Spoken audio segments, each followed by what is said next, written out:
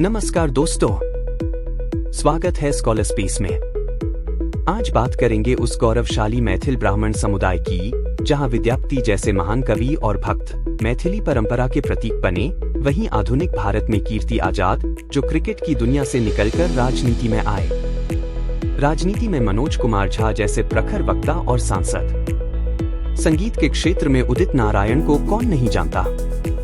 साहित्य की बात करें तो नागार्जुन जैसे विद्रोही कवि ने आम लोगों की भाषा में क्रांति की बात की और हिंदी मैथिली साहित्य को एक नई दिशा दी। ललित नारायण मिश्र जो भारत सरकार में मंत्री रहे, उन्होंने मिथिला के विकास के लिए कई अहम पहल की। आज भी दरभंगा में उनके नाम से विश्वविद्यालय और संस्थान चलते हैं। वही बिहार में इनके मुख्यमंत्री तक पहुंच बनाई। डॉक्टर लक्ष्मीकांत झा आरबीआई के 8वें गवर्नर बने। और हाँ, नेपाल के पहले उपराष्ट्रपति परमानंद झा भी मिथिला की उसी सांस्कृतिक विरासत से आते हैं। आज हम जानेंगे मैथिल ब्राह्मण कौन है, उनका इतिहास क्या है और भारतीय समाज में उनका योगदान कितना महत्वपूर्ण रहा है। चलिए शुरू करते हैं। कैसे हुई है मैथिल ब्राह्मणों शब्द की उत्पत्ति। मैथिल ब्राह्मण शब्द उन ब्राह्मणों को दर्शाता है जो मिथिला क्षेत्र में रहते हैं, मैथिली भाषा बोलते हैं और वेदों के ज्ञान, धार्मिक कर्मकांडों और आध्यात्मिक परंपराओं में पारंगत होते हैं। मैथिल ब्राह्मण न केवल विद्वान और पुरोहित के रूप में प्रतिष्ठित रहे हैं, बल्कि वे मिथिला की विशिष्ट पंजी प्रथा, वंशावली आधारित विवाह प्रणाली, भाषा और रीति रिवाजों से भी गहराई से जुड़े हुए हैं। ये ब्राह्मण पंचगौड़ ब्राह्मणों में से एक माने जाते हैं, जो उत्तरी भारत के 5 प्रमुख ब्राह्मण समूहों सारस्वत, कान्यकुब्ज, गौड़, उत्कल और मैथिल में शामिल हैं। कहाँ पाए जाते हैं मैथिल ब्राह्मण। मैथिल ब्राह्मण मुख्य रूप से मिथिला क्षेत्र के निवासी हैं, जो बिहार के उत्तरी पूर्वी जिलों दरभंगा, मधुबनी, समस्तीपुर, सहरसा, पूर्णिया, मुंगेर, भागलपुर, अररिया, किशनगंज, कटिहार और नेपाल के तराई क्षेत्रों मधेश और कोशी प्रांत में फैले हैं। जनकपुर धाम नेपाल का मिथिला क्षेत्र का प्रमुख सांस्कृतिक केंद्र है। अन्य भारतीय राज्य झारखंड के देवघर क्षेत्र में भी मैथिल ब्राह्मणों की अच्छी संख्या है। उत्तर प्रदेश के ब्रज क्षेत्र और कुछ अन्य हिस्सों में भी कुछ परिवार मौजूद हैं। प्रवासशील ब्राह्मण की कितनी जनसंख्या है। मैथिल ब्राह्मणों की सटीक जनसंख्या बताना मुश्किल है। विभिन्न अनुमानों के आधार पर यह संख्या 11 से 16 लाख के बीच हो सकती है, जिसमें भारत, विशेषकर बिहार और नेपाल में रहने वाले मैथिल ब्राह्मण शामिल हैं। मैथिल ब्राह्मणों के प्रमुख उपनाम सरनेम। निम्नलिखित उपनाम मैथिल ब्राह्मणों में विशेष रूप से प्रचलित हैं। झा यह मैथिल ब्राह्मणों का सबसे सामान्य और प्रतिष्ठित उपनाम है। झा उपनाम वाले व्यक्ति प्राचीन काल से वेद, धर्मशास्त्र और पठन पाठन में पारंगत माने जाते हैं। मिश्र या मिश्रा यह उपनाम विद्वता और धार्मिक कर्मकांडों से जुड़ा हुआ है। मिश्र उपनाम वाले ब्राह्मण विशेष रूप से विद्वान और यज्ञकर्ता माने जाते हैं। ठाकुर यह उपनाम विशेष रूप से दरभंगा और उसके आसपास के क्षेत्रों में मैथिल ब्राह्मणों द्वारा प्रयुक्त होता है। यह सामाजिक प्रतिष्ठा को दर्शाता है। ओझा यह उपनाम परंपरागत रूप से तांत्रिक या औषधीय विद्या में निपुण ब्राह्मणों से जुड़ा है। तंत्र, मंत्र और वैदिक से संबंधित कई परिवारों ने इस उपनाम को अपनाया। पंडित यह एक उपाधि है, परंतु कई ब्राह्मण परिवार इसे उपनाम के रूप में भी प्रयोग करते हैं, खासकर जो शिक्षा और पूजा पाठ से जुड़े रहे हैं। पाठक यह उपनाम धार्मिक ग्रंथों के पाठ और अध्ययन से संबंधित है। जो ब्राह्मण वेदों और पुराणों के पारायण में संलग्न रहे हैं, वे यह उपनाम धारण करते हैं। दुबे यह उपनाम द्विवेदी से व्युत्पन्न है, जिसका अर्थ है 2 वेदों के ज्ञाता। मैथिल ब्राह्मणों में इसके कुछ उदाहरण मिलते हैं। त्रिपाठी या त्रिवेदी यह उपनाम 3 वेदों के ज्ञाता होने का द्योतक है। कुछ मैथिल ब्राह्मण इस उपनाम का प्रयोग करते हैं। चौबे बटा चतुर्वेदी 4 वेदों के ज्ञाता ब्राह्मणों के लिए प्रयुक्त यह उपनाम मैथिल ब्राह्मणों में भी कुछ स्थानों पर पाया जाता है। शर्मा यह एक सामान्य ब्राह्मण उपनाम है, जिसे कुछ मैथिल ब्राह्मण परिवार भी प्रयोग करते हैं। राय या रॉय कुछ मैथिल ब्राह्मण जमींदारी या उच्च सामाजिक भूमिका निभाते हुए इस उपनाम का प्रयोग करते हैं, विशेषतः मधुबनी और दरभंगा क्षेत्रों में।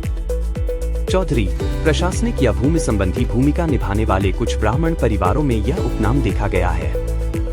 याज्ञिक यज्ञ और वैदिक अनुष्ठानों में संलग्न ब्राह्मण इस उपनाम का प्रयोग करते हैं।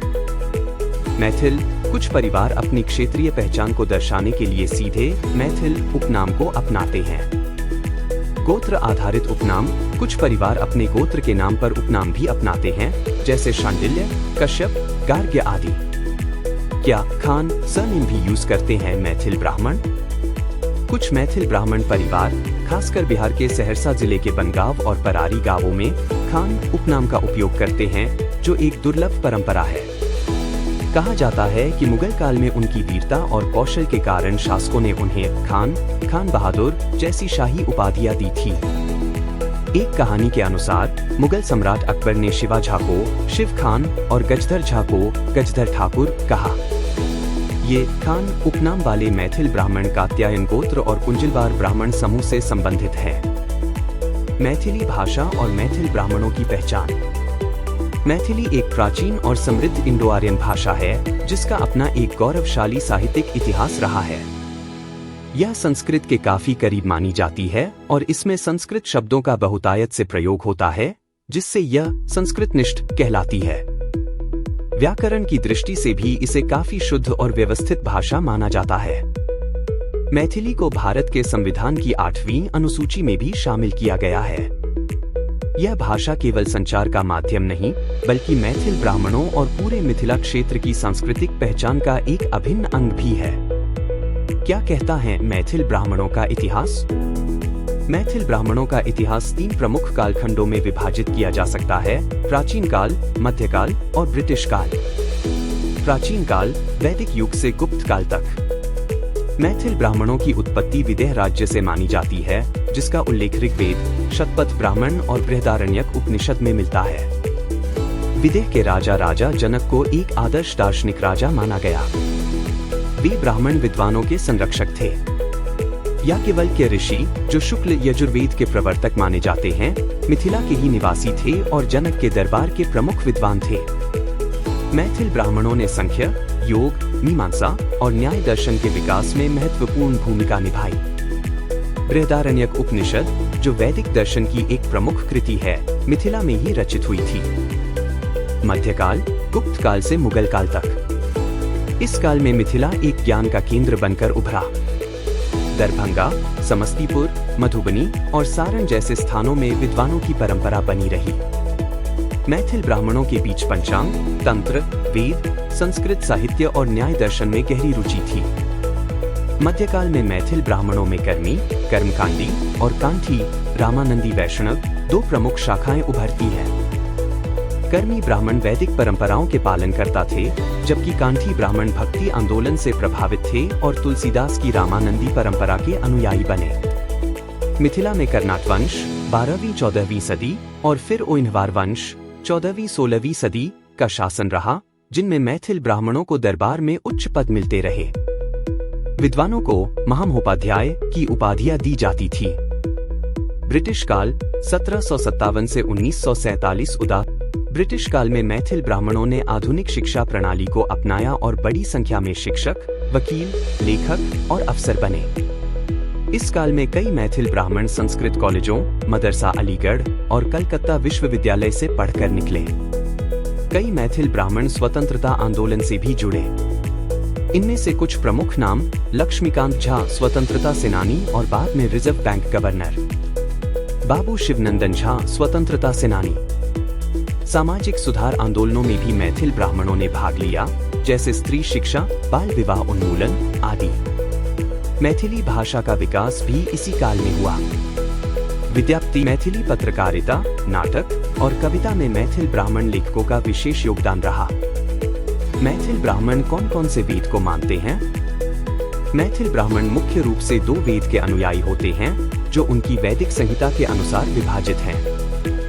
यजुर्वेद विशेष रूप से शुक्ल यजुर्वेद की वाजसनेयी शाखा के अनुयायी होते हैं। मैथिल ब्राह्मणों का एक बड़ा हिस्सा इसी शाखा से संबंधित है। सामवेद की छांदोग्य शाखा के अनुयायी भी मैथिल ब्राह्मणों में पाए जाते हैं। मैथिल ब्राह्मणों की सामाजिक श्रेणियां। मैथिल ब्राह्मणों को पारंपरिक रूप से 4 मुख्य सामाजिक श्रेणियों में वर्गीकृत किया गया है। श्रोत्रिय, ये वे ब्राह्मण हैं जो वेदों और शास्त्रों का गहन अध्ययन करते हैं और धार्मिक अनुष्ठानों में पारंगत होते हैं। इनकी सामाजिक स्थिति अत्यंत प्रतिष्ठित मानी जाती है। योग्य। ये ब्राह्मण धार्मिक कर्मकांडों में दक्ष होते हैं, लेकिन श्रोत्रियों की तुलना में उनका अध्ययन थोड़ा सीमित होता है। पंजी या पंजीकार। ये ब्राह्मण वंशावली, पंजी का संकलन और संरक्षण करते हैं। इनके द्वारा विवाह योग्य संबंधों की पुष्टि की जाती है। जयवार। यह वर्ग अपेक्षाकृत कम ज्ञात है और इनमें से अधिकांश कृषि कार्यों या सामान्य जीविकोपार्जन में संलग्न रहते हैं। वैदिक शाखाएं। मैथिल ब्राह्मणों को उनके वैदिक अध्ययन के आधार पर दो मुख्य शाखाओं में विभाजित किया गया है। छांदोग्य। ये सामवेद की परंपरा से संबंधित है। सामवेद मुख्यतः संगीत और स्तुति पर आधारित होता है। बाजसनेय। ये यजुर्वेद की बाजसनेय शाखा से संबंधित होते हैं, विशेषतः शुक्ल यजुर्वेद की माध्यन्दिन शाखा से। मिथिला पंचांग क्या है?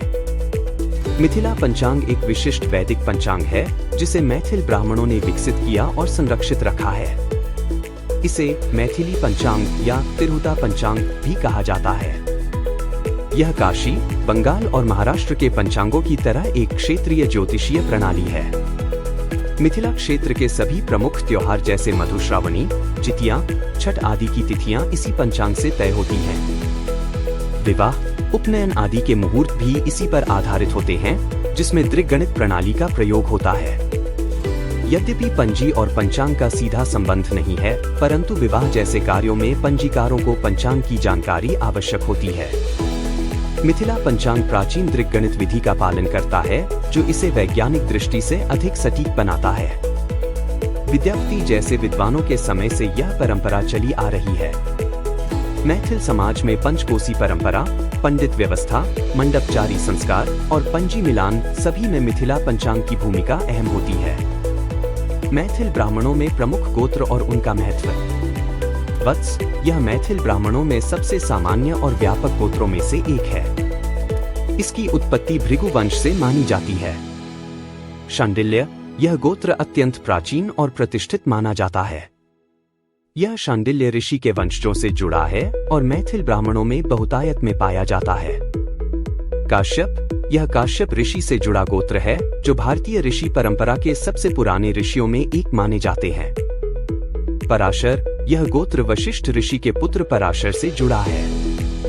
कुछ प्रसिद्ध पुराणों और ग्रंथों की रचना इन्हीं से जुड़ी मानी जाती है। कात्यायन, यह कात्यायन ऋषि से संबंधित गोत्र है, जो वैदिक यज्ञ परंपरा में महत्वपूर्ण माने जाते हैं। गौतम, यह गोत्र गौतम ऋषि के वंशजों से संबंधित है, जिनका उल्लेख कई वैदिक ग्रंथों में मिलता है। भारद्वाज, यह गोत्र अंगिरस ऋषि के पुत्र भारद्वाज से संबंधित है। यह भी एक प्रतिष्ठित वैदिक गोत्र है। गार्ग्य, गार्ग्य गोत्र गार्ग्य ऋषि से जुड़ा है। इस गोत्र के लोग विद्या और वैदिक परंपरा से जुड़े रहे हैं। कौशिक, कौशिक गोत्र विश्वामित्र ऋषि के वंश से जुड़ा हुआ है। यह गोत्र भी अत्यंत सम्मानित माना जाता है। सावर्ण, सावर्ण गोत्र भृगु वंश के विस्तार से जुड़ा हुआ है और मैथिल ब्राह्मणों में कुछ क्षेत्रों में प्रचलित है। अत्रि, यह गोत्र अत्रि ऋषि से संबंधित है, जो सप्तर्षियों में से एक माने जाते हैं। अगस्त्य, यह गोत्र अगस्त्य ऋषि से संबंधित है, जो दक्षिण भारत में वैदिक धर्म के प्रचारक माने जाते हैं। वशिष्ठ, यह वशिष्ठ ऋषि से जुड़ा गोत्र है, जो राजा दशरथ के कुलगुरु भी थे। मूल का क्या महत्व है मैथिल ब्राह्मणों में? मूल गोत्र से भी सूक्ष्म होता है और किसी परिवार या वंश की विशिष्ट शाखा या ठिकाने को दर्शाता है। मैथिल ब्राह्मणों की मूल प्रणाली बहुत विस्तृत और केंद्रीकृत होती है, जिसमें परिवारों की वंशावलियां लिखित रूप में सुरक्षित रहती हैं। मूल का भी विवाह में बड़ा महत्व होता है। एक ही मूल वाले व्यक्ति आपस में विवाह नहीं करते। मूल नाम अक्सर किसी स्थान, कुल या प्रमुख पूर्वज के नाम पर आधारित होता है, जैसे हैदरपुर, कलहण, चंपापुर आदि। मैथिल ब्राह्मणों में पंजी व्यवस्था की क्या भूमिका है? मैथिल ब्राह्मणों की एक बहुत ही खास और पुरानी परंपरा है, जिसे पंजी व्यवस्था कहते हैं। ये बेसिकली एक तरह की वंशावली प्रणाली है, जिसमें परिवारों की 7 पीढ़ियों तक की जानकारी रखी जाती है। इसका मकसद ये होता है कि शादी से पहले ये चेक किया जाए कि वर और वधू एक ही गोत्र या बहुत करीब के रिश्तेदार तो नहीं है। इस काम को पंजीकार नाम के जानकार लोग करते हैं और वो अस्वजन प्रमाण पत्र भी देते हैं, जिससे ये पक्का हो जाता है कि शादी में कोई दिक्कत नहीं होगी। ये परंपरा करीब 14वीं सदी में राजा हरिसिंह देव ने शुरू करवाई थी। मैथिल ब्राह्मणों में लोगों का उपनाम तो होता है, लेकिन असली पहचान उनके मूल यानी पैतृक गांव से होती है और यही आधार शादी के फैसले में ज्यादा अहमियत रखता है। बाकी ब्राह्मण समुदाय भी गोत्र का ध्यान रखते हैं, लेकिन इतनी डिटेल में लिखित और ऑर्गेनाइज्ड वंशावली प्रणाली कहीं और नहीं मिलती। मैथिल ब्राह्मणों की कुलदेवता या कुलदेवी कौन होती है? मैथिल ब्राह्मणों का कोई एकल कुलदेवता या कुलदेवी नहीं होता। उनकी कुलदेवता पूजा गोत्र, पैतृक गांव, मूल और पारिवारिक परंपराओं पर निर्भर करती है। प्रमुख कुलदेवियां माँ दुर्गा, शक्ति के विभिन्न रूप माँ काली और प्रमुख कुलदेवता भगवान शिव, विशेषकर उगना महादेव, भगवान विष्णु या उनके अवतार होते हैं। सीता माता का मिथिला में विशेष धार्मिक महत्व है। इसके अलावा ग्राम देवता या देवी की पूजा भी कई परिवार करते हैं। कुल देवता पहचान में गोत्र और मूल सबसे महत्वपूर्ण भूमिका निभाते हैं और परिवार के पूर्वजों की पूजा भी मायने रखती है। मैथिल ब्राह्मण और अन्य ब्राह्मण समुदायों में क्या अंतर है? मैथिल ब्राह्मण पारंपरिक रूप से मछली और कभी-कभी अन्य मांसाहार खाते हैं, जो उनकी भौगोलिक स्थिति और सांस्कृतिक परंपराओं से जुड़ा है। मछली को शुभता और समृद्धि का प्रतीक माना जाता है और इसे तामसिक नहीं बल्कि राजसिक भोजन माना जाता है। रोहू और मांगुर मछलियां विशेष रूप से पसंद की जाती हैं। चिकन और अंडों की तुलना में मछली को अधिक शुद्ध माना जाता है। जहां अन्य ब्राह्मण समुदायों में गोत्र और प्रवर का ध्यान होता है, मैथिलों की लिखित, केंद्रीकृत और विस्तृत वंशावली प्रणाली अलग और अनोखी है। मैथिल ब्राह्मण अपने कठोर वैदिक अनुष्ठानों, विवाह संस्कारों और सांस्कृतिक गीतों के कारण भी अलग पहचान रखते हैं। मैथिल ब्राह्मणों की पंजी व्यवस्था और मछली खाने की सांस्कृतिक परंपरा उन्हें भारत के अन्य ब्राह्मण समुदायों से विशिष्ट बनाती है और मिथिला की समृद्ध सांस्कृतिक विरासत को दर्शाती है। मैथिल ब्राह्मण के फेमस कौन कौन हैं? वाचस्पति मिश्र। वाचस्पति मिश्र 9वीं 10वीं शताब्दी के महान मैथिल ब्राह्मण दार्शनिक थे, जिन्हें सर्वतंत्र स्वतंत्र कहा जाता है, यानी वे सभी प्रमुख दर्शनों में निष्णात विद्वान थे। उन्होंने अद्वैत वेदांत, न्याय, सांख्य, योग और मीमांसा जैसे विभिन्न दर्शनों पर महत्वपूर्ण ग्रंथ और भाष्य लिखे। उनके प्रमुख ग्रंथों में भामती, अद्वैत वेदांत, न्याय वार्तिक तात्पर्य टीका, न्याय, तत्व कौमुदी, सांख्य, योग सूत्र टीका और तत्व बिंदु, मीमांसा शामिल है। उनकी लेखन शैली तर्कपूर्ण, निष्पक्ष और स्पष्ट मानी जाती है। वे विभिन्न दर्शनों के बीच सेतु के रूप में माने जाते हैं और उनका योगदान भारतीय दर्शन में अत्यंत महत्वपूर्ण है। नागार्जुन, जिन्हें वैद्यनाथ मिश्र के नाम से भी जाना जाता है, प्रसिद्ध हिंदी मैथिली कवि और लेखक, बौद्ध धर्म में रुचि, साहित्य अकादमी व भारत भारती पुरस्कार विजेता। शिवा सिम्हा सिंह मिथिला के शक्तिशाली ओइनिवार शासक थे। उन्होंने जौनपुर सल्तनत से स्वतंत्रता की घोषणा की और इब्राहिम शाह शर्की को पराजित किया। वे मैथिली साहित्य और कवि विद्यापति के महान संरक्षक थे। लालू प्रसाद मिश्रा प्राचीन मिथिला साहित्य के संरक्षक माने जाते हैं। उन्होंने क्षेत्रीय संस्कृति, परंपरा और साहित्य को संरक्षित करने में अहम भूमिका निभाई। महेश ठाकुर महामहोपाध्याय महेश ठाकुर मृत्यु 1558 ई एक प्रसिद्ध मैथिल ब्राह्मण विद्वान थे, जिन्होंने खंडवाला वंश की स्थापना की, जो बाद में दरभंगा राज बना। मुगल सम्राट अकबर ने उनकी विद्वता से प्रभावित होकर उन्हें मिथिला का शासन सौंपा। वे संस्कृत साहित्य, भारतीय दर्शन और ज्योतिष के महान विद्वान थे। भागवत झा आजाद स्वतंत्रता सेनानी, 6 बार सांसद और केंद्रीय मंत्री, बिहार के मुख्यमंत्री रहे। वे साहित्यकार भी थे और मृत्युंजयी उनकी प्रसिद्ध कृति है। उन्हें शेर-ए-बिहार के नाम से जाना जाता था। मंडन मिश्र 8वीं शताब्दी के प्रसिद्ध भारतीय दार्शनिक थे। वे प्रारंभ में मीमांसा दर्शन के समर्थक थे, लेकिन बाद में अद्वैत वेदांत के प्रमुख विचारक बन गए। उनकी प्रसिद्ध रचना ब्रह्मसिद्धि अद्वैत वेदांत की एक महत्वपूर्ण कृति मानी जाती है। कीर्ति आजाद कीर्तिवर्धन भागवत झा आजाद यानी आज की कीर्ति आजाद पूर्व क्रिकेटर, 1983 वर्ल्ड कप विजेता टीम में सांसद भागवत झा आजाद के पुत्र।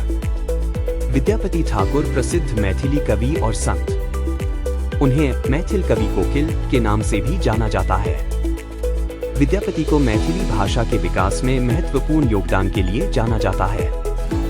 मनोज कुमार झा राष्ट्रीय जनता दल आरजेडी के राज्यसभा सांसद और पार्टी के राष्ट्रीय प्रवक्ता हैं। वे दिल्ली विश्वविद्यालय में प्रोफेसर रह चुके हैं।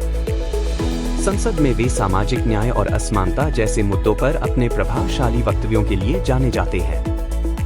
गंगेश उपाध्याय नव्य न्याय दर्शन के संस्थापक। भारत के 13वीं शती के गणितज्ञ एवं नव्य न्याय दर्शन परंपरा के प्रणेता प्रख्यात न्यायिक थे। हरिनाथ मिश्र स्वतंत्रता सेनानी और लेखक। उदित नारायण पूरा नाम उदित नारायण झा एक प्रसिद्ध बॉलीवुड प्लेबैक सिंगर हैं, जिन्होंने हिंदी के अलावा नेपाली, मैथिली, भोजपुरी, तेलुगु, तमिल, कन्नड़, बंगाली, मलयालम और कई अन्य भाषाओं में भी गायन किया है। भारत सरकार ने उन्हें 2009 में पद्मश्री और 2016 में पद्म भूषण से सम्मानित किया, जबकि नेपाल के राजा बीरेंद्र ने उन्हें 2001 में गोरखा दक्षिणा बहु सम्मान प्रदान किया था। उनके पुत्र आदित्य नारायण झा भी गायक और अभिनेता हैं। आदित्यनाथ झा भारतीय सिविल सेवा ICS के वरिष्ठ अधिकारी थे। उन्हें 1972 में प्रशासनिक सेवाओं में उनके योगदान के लिए पद्म विभूषण से सम्मानित किया गया। वे उत्तर प्रदेश राज्य के मुख्य सचिव, भारत सरकार के सचिव और दिल्ली के पहले उपराज्यपाल रहे। साथ ही वे मसूरी स्थित लाल बहादुर शास्त्री राष्ट्रीय प्रशासन अकादमी LBSNA के पहले निदेशक भी थे, जहां IAS अधिकारियों को प्रशिक्षण दिया जाता है। महाराज नरेंद्र सिंह दरभंगा राज के मैथिल ब्राह्मण शासक थे। वे 1753 में मुगल बंगाल सूबा के खिलाफ कंदरपी घाट की युद्ध में अपनी महत्वपूर्ण भूमिका और मिथिला की स्वायत्तता स्थापित करने के लिए प्रसिद्ध हैं। जगदीश झा स्वतंत्रता सेनानी थे। वे पूर्वी मिथिलांचल में गरम दल क्रांतिकारी धड़े के प्रमुख नेता थे। उन्होंने ब्रिटिश हुकूमत के खिलाफ पुलिस थानों को जलाने और बम विस्फोट जैसी कई क्रांतिकारी कार्रवाइयों का नेतृत्व किया, जिसमें कई ब्रिटिश अधिकारी मारे गए। ललित नारायण मिश्र भारत के रेल मंत्री थे और 2 जनवरी 1975 को समस्तीपुर रेलवे स्टेशन पर हुए बम धमाके में निधन हो गया। वे स्वतंत्र भारत के पहले केंद्रीय मंत्री थे जिनकी हत्या हुई। उनकी मृत्यु आज भी एक अनसुलझी मर्डर मिस्ट्री बनी हुई है। उनकी समाधि अब समस्तीपुर रेलवे स्टेशन पर उसी स्थान पर है। चंदेश्वर ठाकुर मिथिला के एक प्रमुख विद्वान और प्रशासक थे, जो ओइनीवार वंश के समय में सक्रिय थे। उन्होंने राजनीति और राज्य संचालन पर प्रसिद्ध ग्रंथ राजनीति रत्नाकर की रचना की। जगन्नाथ मिश्र बिहार के 3 बार मुख्यमंत्री रहे और कांग्रेस के प्रमुख नेता थे। वे एक अर्थशास्त्र के प्रोफेसर भी थे और उनकी लोकप्रिय नीतियों में स्कूलों का राष्ट्रीयकरण और उर्दू को बिहार की दूसरी राजभाषा घोषित करना शामिल है। वे चारा घोटाले में भी शामिल रहे। ललित नारायण मिश्र उनके बड़े भाई थे। डॉक्टर लक्ष्मीकांत झा RBI के 8वें गवर्नर, प्रख्यात अर्थशास्त्री व राजनयिक थे। उनके कार्यकाल में 1969 में 14 प्रमुख निजी बैंकों का राष्ट्रीयकरण हुआ। भारतीय राजनयिक थे। उन्होंने कई देशों में भारत के राजदूत के रूप में सेवा दी और बाद में अंडमान और निकोबार द्वीप समूह तथा पांडिचेरी के उपराज्यपाल भी रहे। पंडित विनोदानंद झा 1961 से 1963 तक बिहार के मुख्यमंत्री रहे। वे कांग्रेस के प्रमुख नेता थे और स्वतंत्र भारत की संविधान सभा के सदस्य भी रहे। उन्होंने भारतीय राजनीति के प्रारंभिक दौर में महत्वपूर्ण योगदान दिया। परमानंद झा नेपाल के पहले उपराष्ट्रपति थे। राजनीति में आने से पहले वे नेपाल के सुप्रीम कोर्ट के न्यायाधीश थे। गंगानाथ झा एक महान संस्कृत विद्वान और दार्शनिक थे। वे इलाहाबाद विश्वविद्यालय के कुलपति रहे और उन्होंने जटिल संस्कृत दार्शनिक ग्रंथों का अंग्रेजी में अनुवाद कर विद्वज्जनों के बीच ख्याति प्राप्त की। लोकप्रिय टीवी अभिनेत्री, जिन्हें कुमकुम भाग्य में प्रज्ञा अरोड़ा की भूमिका के लिए जाना जाता है। विद्यावती देवी प्रथम मैथिली महिला कवयित्री मानी जाती हैं। उनकी रचनाएं भक्ति और सामाजिक चेतना से युक्त हैं और मैथिली साहित्य में नारीवाद की शुरुआत मानी जाती है। मैथिली ठाकुर, भारतीय शास्त्रीय और लोक गायिका। मैथिली, भोजपुरी और हिंदी में अपने गायन के लिए प्रसिद्ध, खासकर सोशल मीडिया पर अपने भाइयों के साथ मिलकर प्रस्तुति देती है। डॉक्टर प्रभा शिवानी गौरा पंत, प्रसिद्ध हिंदी लेखिका, मैथिल ब्राह्मण परिवार से थीं। महिलाओं के सशक्त चित्रण और कथा शैली के लिए विख्यात हैं।